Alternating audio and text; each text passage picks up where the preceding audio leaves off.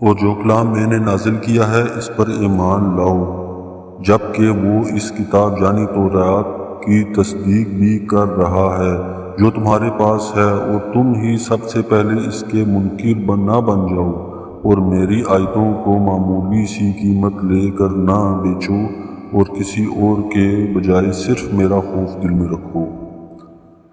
بنی اسرائیل کو یاد دلایا جا رہا ہے کہ قرآن کریم وہی دعوت لے کر آیا ہے جو تورات اور انجیل کی دعوت تھی، اور جن آسمانی کتابوں پر وہ ایمان رکھتے ہیں قرآن کریم انہیں جھٹلانے کے بجائے دو طرح سے ان کی تصدیق کرتا ہے۔ ایک اس الفاظ سے کہ وہ یہ تسلیم کرتا ہے کہ یہ کتابیں اللہ ہی کی نازل کی ہوئی تھیں۔ یہ اور بات ہے کہ بعد میں کہ لوگوں نے ان میں کافی رد و بدل کر ڈالا جس کی حقیقت قرآن نے واضح فرما دی، اور دوسرے قرآن اس حیثیت سے ان کتابوں کی تصدیق کرتا ہے کہ ان کتابوں میں آخری نبی کی تشریف آوری کی جو پیشن گوئیاں کی گئی تھی قرآن کریم نے انہیں سچا کر دکھایا، اور اس کا تقاضا یہ تھا کہ بنی اسرائیل عرب کے بت پرستوں سے پہلے اس پر ایمان لاتے، لیکن ہو یہ رہا ہے کہ جس تیز رفتاری سے بت پرست اسلام لا رہے ہیں اس رفتار سے یہودی ایمان نہیں لا رہے ہیں، اور اس طرح گویا بنی اسرائیل قرآن کی تکذیب کرنے میں پیش ہیں۔ اس لیے کہا گیا کہ تم ہی سب سے پہلے اس کی منکر نہ بن جاؤ۔ بعض یہودیوں کا طریقہ یہ بھی تھا کہ وہ رشوت لے کر تورات کی تشریح عام لوگوں کی خواہشات کے مطابق کر دیا کرتے تھے، اور بعض اوقات اس کے احکام کو چھپا لیتے تھے۔ ان کے اس طرز عمل کی طرف اشارہ کرتے ہوئے فرمایا گیا میری آیتوں کو معمولی سی قیمت لے کر نہ بیچو، اور حق کو باطل کے ساتھ گڑبڑ نہ کرو، اور نہ حق بات کو چھپاؤ، اور حق کو باطل کے ساتھ گڑبڑ نہ کرو، اور نہ حق بات کو چھپاؤ، جبکہ اصل حقیقت تم اچھی طرح جانتے ہو۔ اور نماز قائم کرو اور زکوٰۃ ادا کرو، اور رکوع کرنے والوں کے ساتھ رکوع کرو۔ رکوع کا ذکر خاص طور پر اس لیے کیا گیا ہے کہ یہودیوں کی نماز میں رکوع نہیں ہوتا تھا۔ کیا تم دوسرے لوگوں کو تو نیکی کا حکم دیتے ہو اور خود اپنے آپ کو بھول جاتے ہو، حالانکہ تم کتاب کی تلاوت بھی کرتے ہو؟ کیا تمہیں اتنی بھی سمجھ نہیں؟ اور صبر اور نماز سے مدد حاصل کرو۔ نماز باری ضرور معلوم ہوتی ہے مگر ان لوگوں کو نہیں جو یعنی دھیان اور عاجزی سے پڑھتے ہیں، جو اس بات کا خیال رکھتے ہیں کہ وہ اپنے پروردگار سے ملنے والے ہیں اور ان کو اسی کی طرف لوٹ کر جانا ہے۔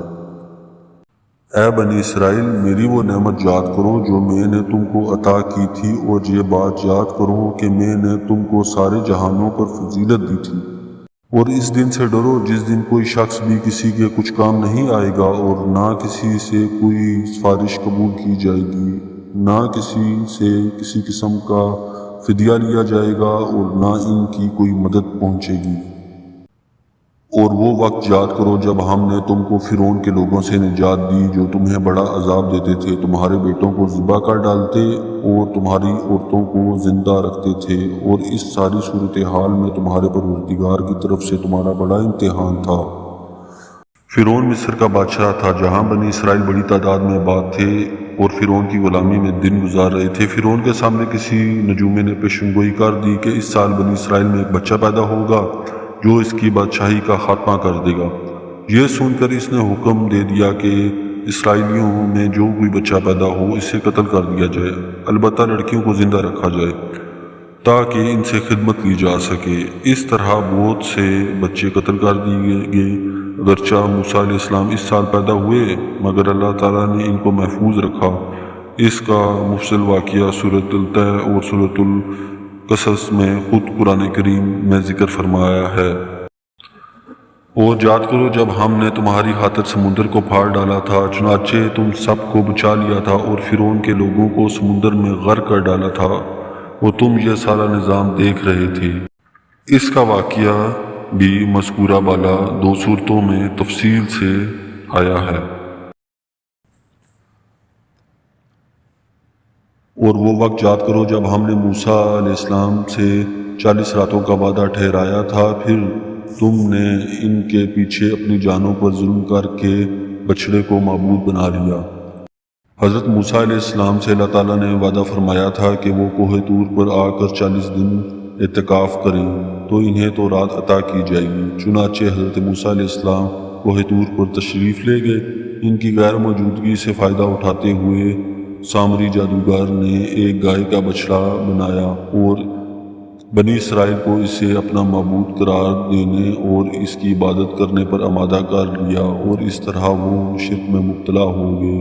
حضرت موسیٰ علیہ السلام کو اطلاع ہوئی، وہ گھبرا کر واپس تشریف لائے اور بنی اسرائیل کو توبہ کی تلقین فرمائی۔ اس توبہ کا ایک حصہ یہ تھا کہ بنی اسرائیل میں سے جو لوگ اس شرک میں ملوث نہیں ہوئے تھے وہ ملوث ہونے والوں کو قتل کریں۔